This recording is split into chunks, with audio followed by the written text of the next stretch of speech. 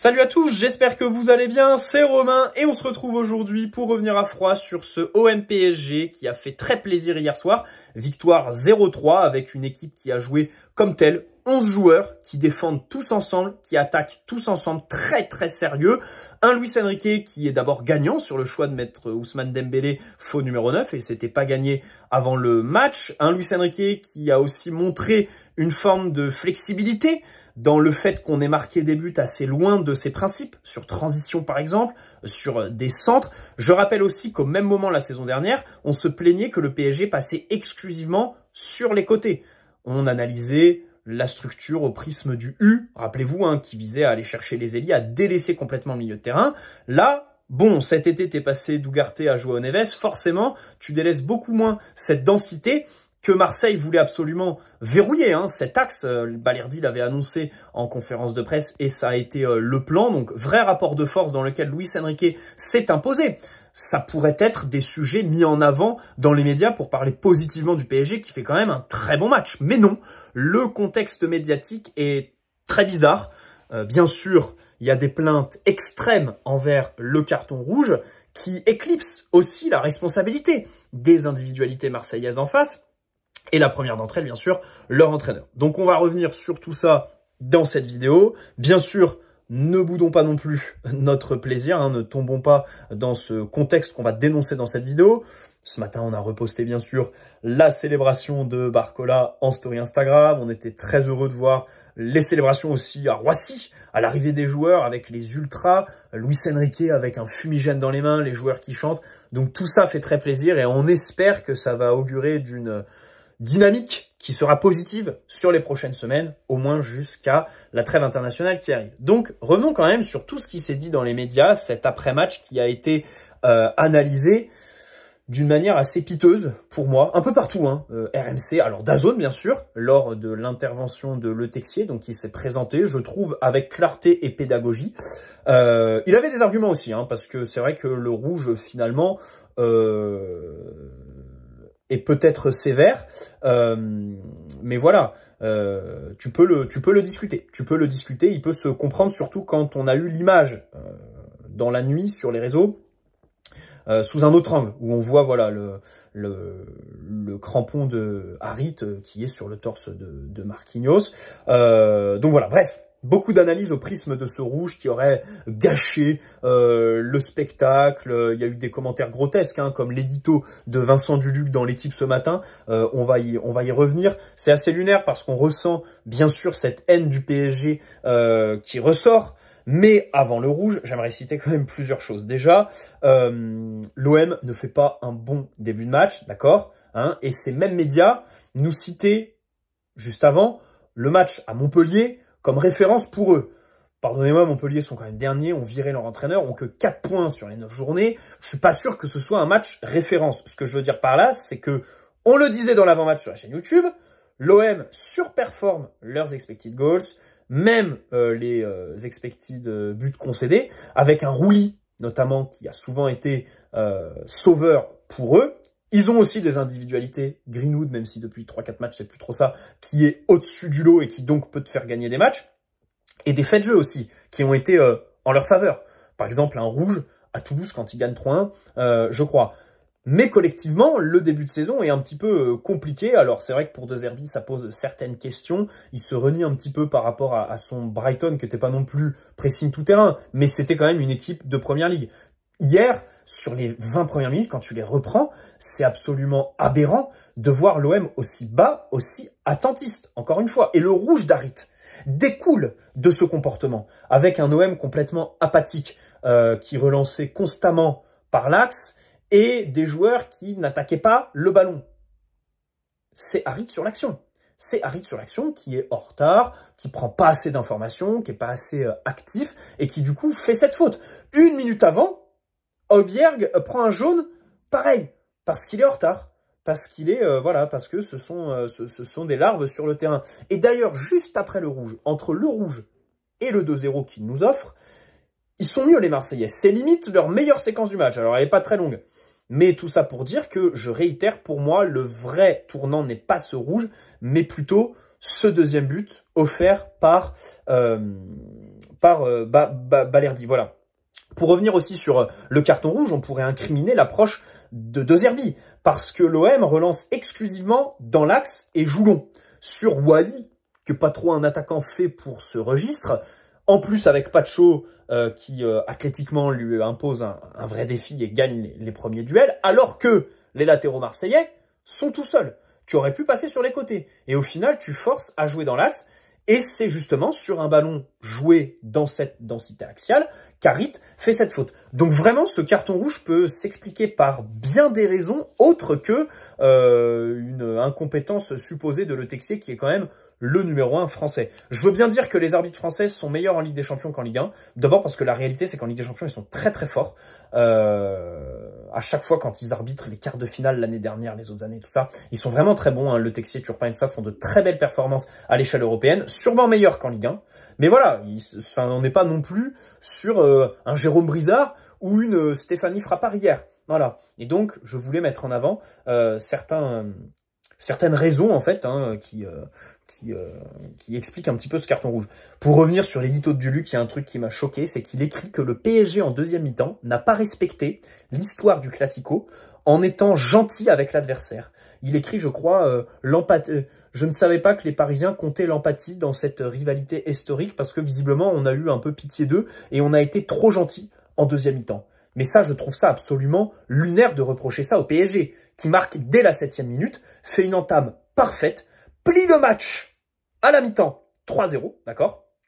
Et en deuxième mi-temps, certes, on s'ennuie, c'est vrai, on s'ennuie, la deuxième mi-temps n'est pas intéressante, mais on a un volume d'occasion similaire. Simplement, on les loupe. Mais ça, on sait très bien que c'est pas un manque de respect envers le Classico, c'est intrinsèque à cet effectif actuel, et qu'il faut faire bouger les choses.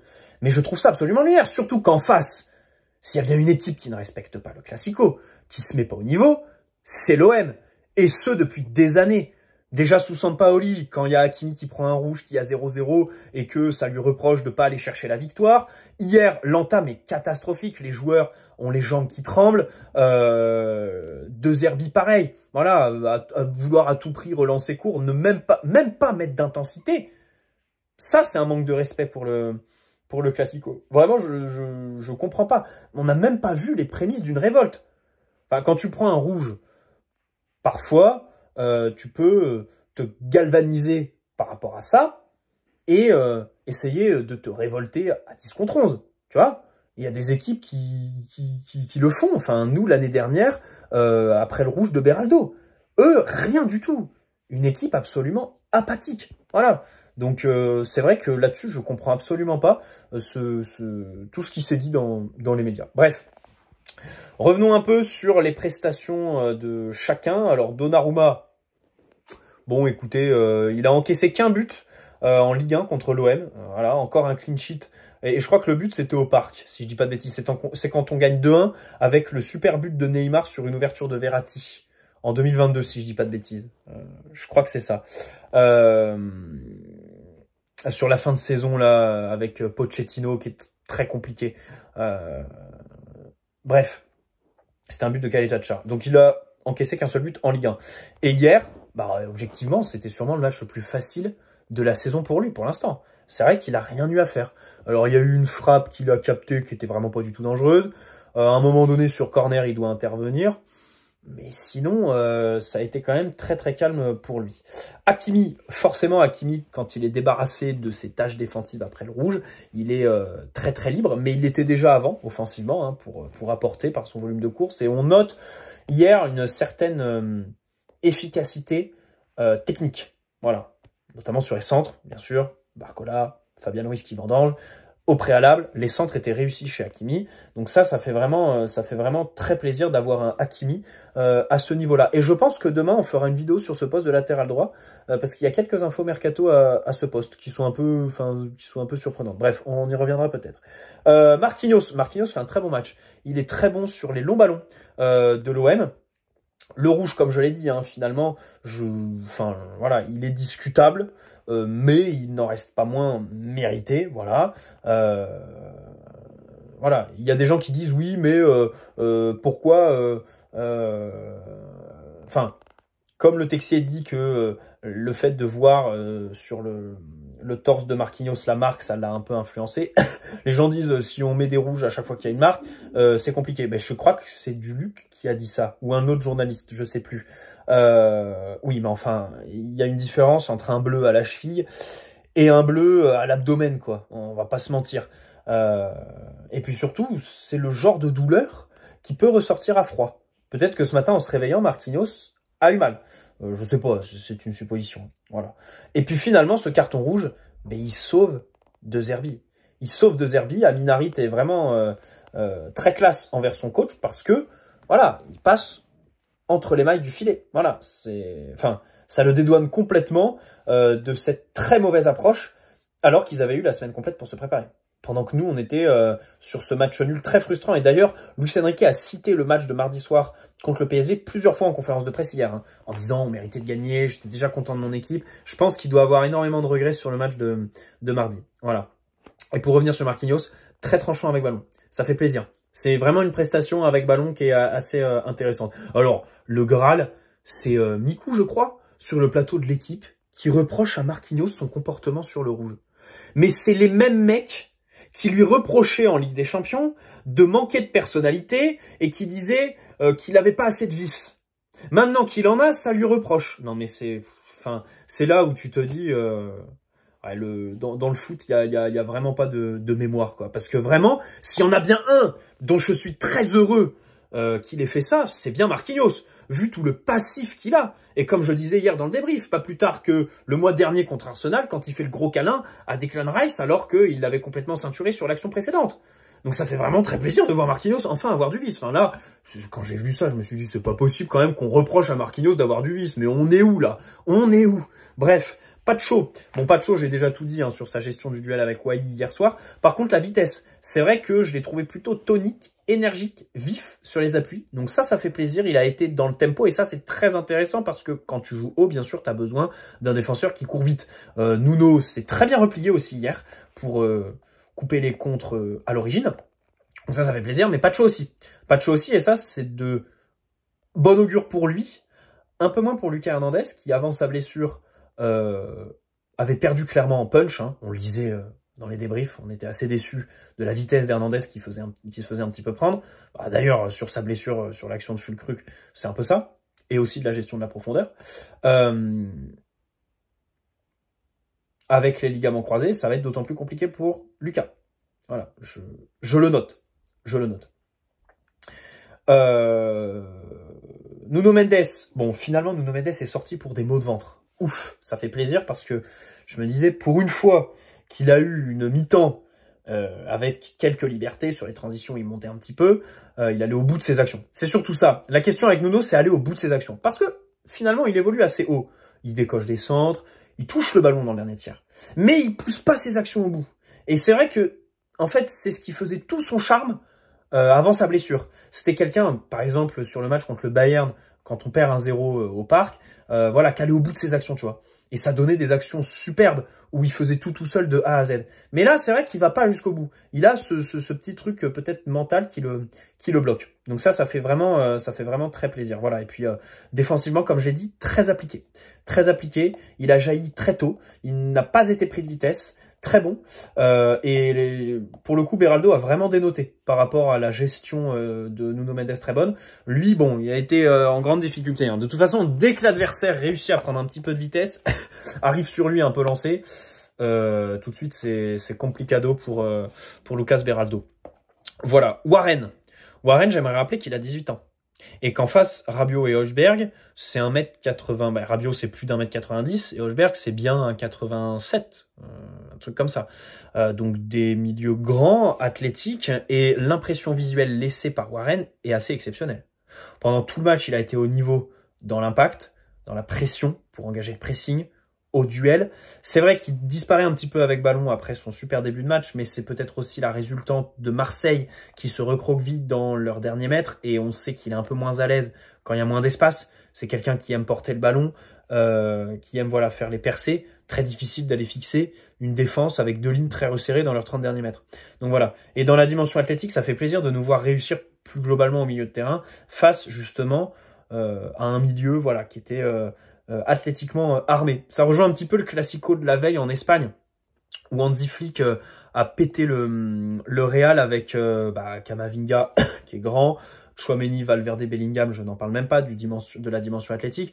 Voilà, Hansi Flick s'est présenté avec un milieu Casado, Fermin Lopez et Pedri, qui dépasse pas le 1m75. Voilà.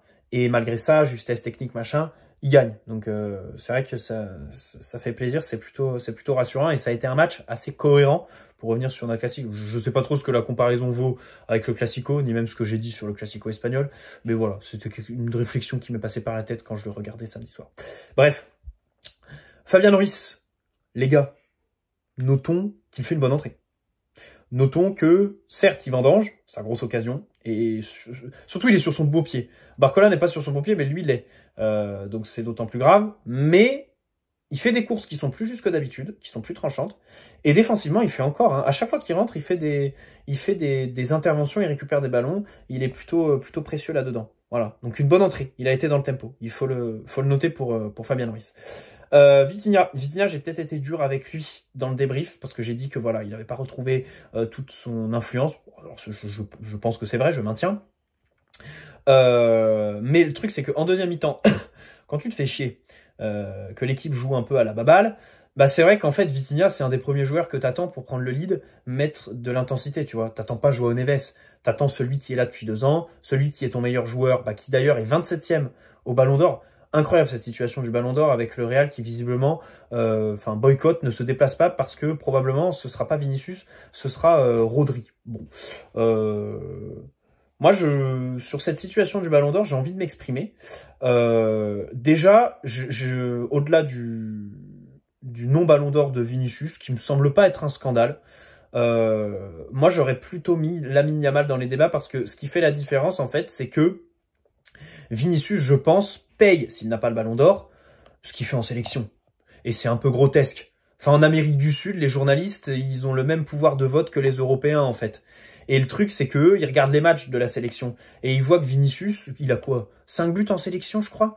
Il est pas bon. Il est pas bon. Limite, on peut même l'accuser de privilégier son club plutôt que sa sélection. Et donc, je pense qu'il paye ça. Sur une année de compétition internationale, c'est sûr que ça paye cash. Parce que finalement, Lamine Yamal, ce qu'il fait à l'Euro, est-ce que ça a quelque chose à envier à ce que fait Vinicius en Ligue des Champions? Je pose la question. Et moi, j'ai hâte de voir à quelle position va être Lamine Yamal. Alors, il y a un classement qui a fuité où il est 7e, ce que je trouverais absolument scandaleux. Lui 7e et Mbappé 4e, je trouverais que c'est un scandale incroyable. Pour moi, Lamine Yamal doit être top 3, et c'est vrai qu'entre Rodri et lui, je sais pas trop à qui je l'aurais donné. Là, c'est pareil, Cole Palmer 25e, mais c'est d'un ridicule, c'est top 15 minimum.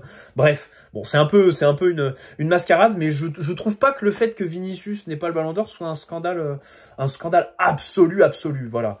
Bon, ce n'est que mon avis. Pour moi, les autres ont aussi des arguments. Bref, Vitinha, lui, il est 27e. Mais en première mi-temps, c'est vrai qu'il est bon. Il est bon avec le ballon, il a retrouvé de l'activité. Et surtout, dans les duels, je l'ai trouvé assez présent. Voilà, il a gratté des ballons, il a mis plutôt de l'impact, donc ça fait plaisir. Alors, on peut lui reprocher de faire beaucoup de passes latérales. Parce qu'hier, il fait 119 passes, dont 68 passes latérales. Donc, beaucoup plus de la moitié. Après, face à un bloc bas, évidemment que la consigne, c'est de faire coulisser.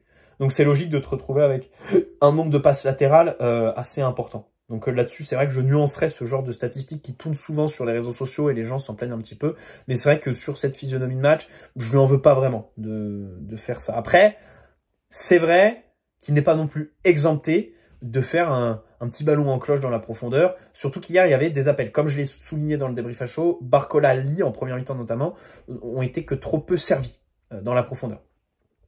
João Neves, donc qui est aligné relayeur gauche, hein, mais finalement il y reste pas beaucoup, ce qui témoigne de la volonté de Luis Enrique de mettre beaucoup de densité axiale, alors que justement les Marseillais voulaient fermer cet axe. On a vu voilà le PSG répondre très clairement. Donc c'est vrai qu'hier, donc sur cette animation du côté gauche, Luis Enrique a répondu certes en rapprochant Dembélé de Barcola, et les deux ont échangé. Alors, après, Dembélé donne aussi une passe décisive à Barcola, mais c'est pas vraiment en étant proche. Enfin, du moins sur l'action. Dans la surface, oui, mais pas sur l'action. Mais voilà, le relayeur gauche, bon, tu fais pas un gros travail pour qu'il soit proche de Barcola, machin. Tu le rapproches du but, tu le mets plus dans la densité. Et puis, João Neves fait tellement de différences individuelles, que ce soit par le dribble et la passe, que c'est exceptionnel. Voilà, ça fait très très plaisir. Mayulu, comme je l'ai dit, il a tellement de sang-froid. Mais vraiment, c'est encore une très belle entrée que j'aime beaucoup. J'aimerais bien le voir sur un petit match, typiquement le déplacement à Angers, après le match contre l'Atlético la semaine prochaine. J'aimerais bien le voir dans le rôle de faux neuf, Mayulu, parce que sa capacité de déplacement, et surtout dans la surface, je trouve qu'il a un côté instinctif que j'ai envie de voir. Enfin, le volume d'occasion contre Strasbourg, hier soir, il en a une encore. Bon, je trouve plutôt bon. Il a la taille. J'ai l'impression qu'il a pris des centimètres sur ces derniers mois. Il est grand. Il paraît grand. Je pense qu'il fait bien 1m85, Mayulu. Après, faut qu'il prenne du muscle. C'est vrai que ça, c'est le gros travail pour cette saison. Mieux appréhender les duels et bien sûr, intrinsèquement, voilà, s'élargir pour évidemment mieux y résister. Voilà. Dembélé, bien sûr, une bonne capacité à se connecter avec pas mal de ses partenaires. C'est vrai qu'il était dans un rôle un peu bâtard, et j'ai trouvé que il a eu une bonne relation avec un petit peu tout le monde dans l'équipe. Donc ça, c'est quelque chose qui m'a fait très très plaisir. Voilà.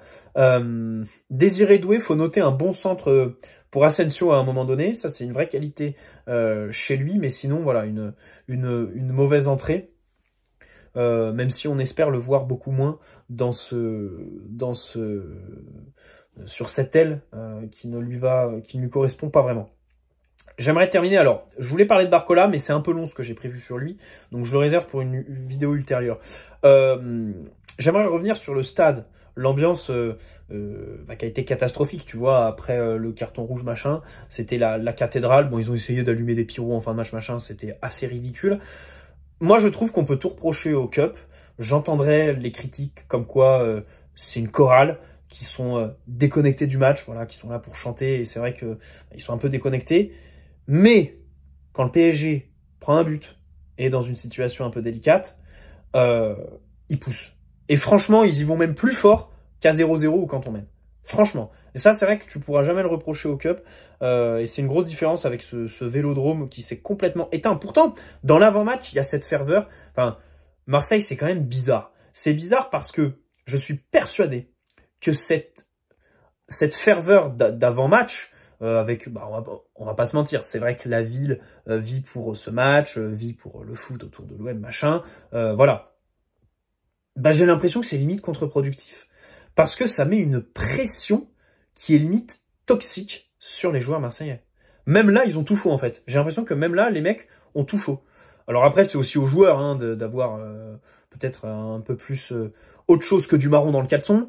Mais voilà, j'ai l'impression que eux aussi ont leur influence, en fait, dans les attentes un peu démesurées. Bon, c'est pour ça que Marseille est une lessiveuse à entraîneur, machin. Mais c'est vrai que cette ferveur d'avant-match est limite pour moi aussi à prendre en compte, en fait. Dans l'analyse de ce début de match, où voilà, ils ont les jambes qui claquent, je pense qu'ils sont pris par cette espèce de folie, machin, cette attente démesurée. Bref, j'espère que cette vidéo vous aura plu. On a essayé d'avoir du recul, de revenir sur pas mal de choses qui me paraissaient assez importantes. Voilà. Je vous souhaite une très bonne soirée. On se retrouve demain. Je vais essayer de faire une vidéo. Après, je pars en vacances, mais demain, je vais essayer de faire une vidéo, notamment parler un petit peu de mercato. Et puis après, on se retrouvera pas avant, du coup, la fin de la semaine pour ce PSG Lens qui va être très très sympa. Hein. Franchement, les gars, là, on se régale. Ces derniers temps, on se régale. Et profitons-en. Voilà, on a vraiment des matchs qu'on attend, qui sont passionnants, même si frustrants aussi pour la plupart. Ciao les amis. Et hier, ça n'a pas manqué aussi sur la deuxième mi-temps. On se retrouve très vite. Prenez soin de vous et allez parier avant tout, bien sûr.